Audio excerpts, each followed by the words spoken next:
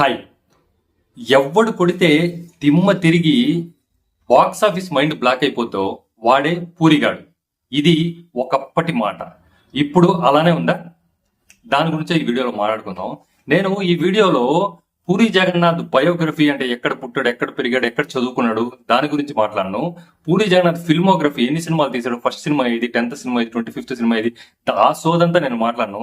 నేను ఈ వీడియోలో ఏం మాట్లాడదలుచుకున్నానంటే డౌన్ ఫాల్ ఆఫ్ పూరి. నిజంగానే పూరి జగన్నాథ్ డౌన్ ఫాల్ లో ఉన్నాడా? కొంతమంది మనుషులకి డౌన్ ఫాల్ అనేది ఉండదు, కింద పడిపోవడం అనేది ఉండదు. అందులో పూరి జగన్నాథ్ లాంటి ఒకడు. పూరి జగన్నాథ్ కింద పడలేదండి. పూరి జగన్నాథ్ జస్ట్ మోకాల మీద కూర్చొని ఉన్నాడు. ఆ మోకాల మీద కూర్చుని ఉండేదానికి దానికి గల కారణాలని నేను ఒక 5 అనలైజ్ చేశాను. ఈ 5 పాయింట్స్ నేను మీతో షేర్ చేసుకుంటాను. ఈ 5 పాయింట్స్ మీకు చెప్పే ముందు మీకు చిన్న విషయం. ఈ 5 పాయింట్స్ లో ఏ ఒక్క పాయింట్ అయినా మీకు కరెక్టేరా అనిపిస్తే కమెంట్ చేయండి, లైక్ చేయండి. కరెక్ట్ కాదు అనిపిస్తే కూడా కమెంట్ చేయండి. ఈ 5 పాయింట్లు కాకుండా ఇంకేదైనా పాయింట్స్ మీకు అనిపిస్తే అది కూడా కమెంట్ చేయండి. Thank you.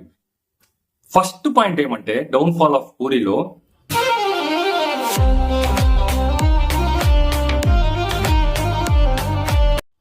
Repetitive story lines. మీరు ఒకసారి పూరి జగన్నాథ్ సినిమాలు అబ్జర్వ్ చేయండి. సేమ్ ప్లాట్ ఉంటది, సేమ్ హీరో క్యారెక్టరైజేషన్ ఉంటది, సేమ్ కైండ్ ఆఫ్ క్లైమాక్స్ ట్విస్ట్లు ఉంటాయి, same kind of interval bangs ఉంటాయి. ఇది జనాలు అర్థం చేసుకోవడం స్టార్ట్ చేసేసారు. ఎప్పుడైతే జనాలు అర్థం చేసుకోవడం స్టార్ట్ చేశారో అప్పుడు జనాలు పూరి జగన్నాథ్ హిట్లు ఇవ్వట్లేదు. ఆ విషయాన్ని పూరి జగన్నాథ్ గమనించలేదు. పూరి జగన్నాథ్ గమనించకుండా ఇంకా అవే సినిమాలు తీస్తున్నాడు. పోకిరి లాంటి ట్విస్ట్లే మళ్ళీ వస్తున్నాయి. పోకిరి పైసా వసూలు సినిమా పక్కన పెట్టి చూడండి, సేమ్ ఒకటే ప్లాట్. దానివల్లే రిపిటేటివ్ స్టోరీ లైన్స్ వల్ల పూరి జగన్నాథ్ కొంచెం కింద జారాడు. సెకండ్ పాయింట్ వచ్చి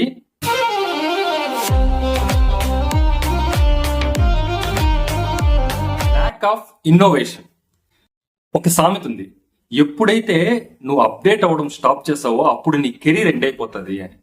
అది పూరి జగన్నాథ్ ఎందుకో పసిగట్టినట్టు అనిపించలేదు.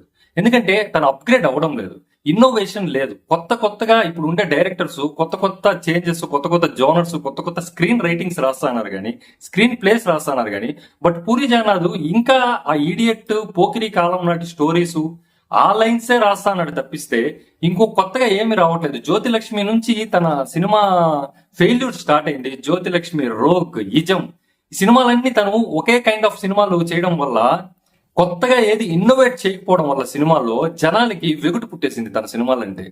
దానివల్ల కూడా డౌన్ ఫాల్ అయిపోయాడు puri. Third one, box office failures. ఒకటి చెప్తాను, సినిమా ఇండస్ట్రీలో నిలబడాలంటే అట్లీస్ట్ 3 సినిమాల్లో ఒక్క సినిమా బ్లాక్ బస్టర్ అయినా అయి ఉండాలి, లేకుంటే హిట్ అన్నా అయి ఉండాలి. బట్ పూరి జగన్నాథ్ కి లాస్ట్ 10 years గా చూసామంటే చెప్పుకోదగ్గ ఒక్క హిట్ కూడా లేదు. ఆ ఫెయిల్యూర్స్ వల్ల తన దగ్గరికి ప్రొడ్యూసర్స్ రావడం స్టాప్ చేశారు. అందువల్ల తనే ప్రొడ్యూస్ చేసుకోవడం స్టార్ట్ చేశాడు. తన ప్రొడక్షన్ హౌస్ ఎప్పటి నుంచో ఉంది, బట్ ఈ మధ్య వచ్చి తన సినిమాలో అన్ని తనే ప్రొడ్యూస్ చేసుకుంటాడు. మీరు అది గమనించారా లేదా? బాక్స్ ఆఫీస్ ఫెయిల్యూర్ వల్ల కూడా తన డౌన్ ఫాల్ ఇంకా ఎక్కువ అయిపోయింది. Fourth one, relationship with producers and stars. ఎందుకో నాకు అనిపిస్తుంది పూరి జగన్నాథ్ సినిమా ఇండస్ట్రీలో ప్రొడ్యూసర్స్ అండ్ స్టార్స్ తో మంచి రిలేషన్ మెయింటైన్ చేయట్లేదేమో అనిపిస్తుంది. అందుకనే తన దగ్గరికి ఏ పెద్ద ప్రొడ్యూసర్ వచ్చి కొంచెం పెద్ద బడ్జెట్ ఇచ్చి ఒక సినిమా చేయండి అని చెప్పి అడిగే వాళ్ళే లేరేమో అనిపిస్తుంది.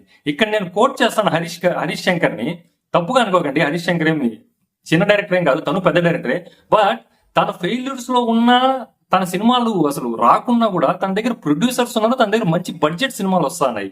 సో దానికి కారణం ఏంటంటే తను మంచి రిలేషన్షిప్ మెయింటైన్ చేస్తున్నాడు ప్రొడ్యూసర్స్ తో అండ్ స్టార్స్ తో.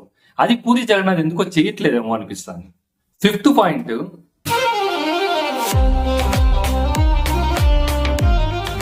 Shift in audience preferences. Audience preference complete గా షిఫ్ట్ అయిపోయింది కొత్త జోనర్స్ మీద, కొత్త స్క్రీన్ ప్లేస్ మీద.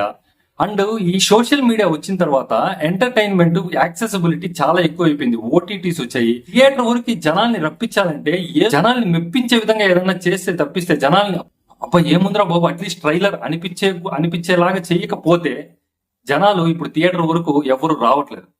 అది ఎందుకో పూరి జగన్నాథ్ ఆ లైన్ మిస్ అయిపోయాడేమో అనిపిస్తుంది. అండ్ పూరి జగన్నాథ్ పని అయిపోయిందా? ఖచ్చితంగా కాదు. ఎందుకంటే పూరి జగన్నాథ్ సినిమాలో ఒక డైలాగ్ ఉంది, సినిమా ఫెయిల్ అయింది వెళ్ళిపోతామా, సరే సినిమా సక్సెస్ అయింది ఇంకొక సినిమా తీయకుండా ఉంటామా?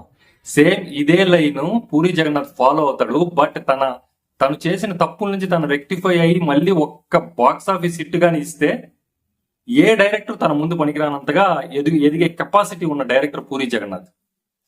దీంతో మీరు అగ్రి చేస్తారని నేను అనుకుంటాను. అగ్రి చేస్తే లైక్ కొట్టండి, ఒకవేళ అగ్రి కాదనుకుంటే కమెంట్ చేయండి. ఇది ఫ్రెండ్స్ నేను అనుకున్న 5 పాయింట్స్ డౌన్ఫాల్ ఆఫ్ పూరికి. ఈ 5 పాయింట్స్ లో మీకు ఏ పాయింట్ కరెక్ట్ అనిపించిందో కమెంట్ చేయండి అండ్ మీ ఫ్రెండ్స్ కి ఇది షేర్ చేయండి. Thank you.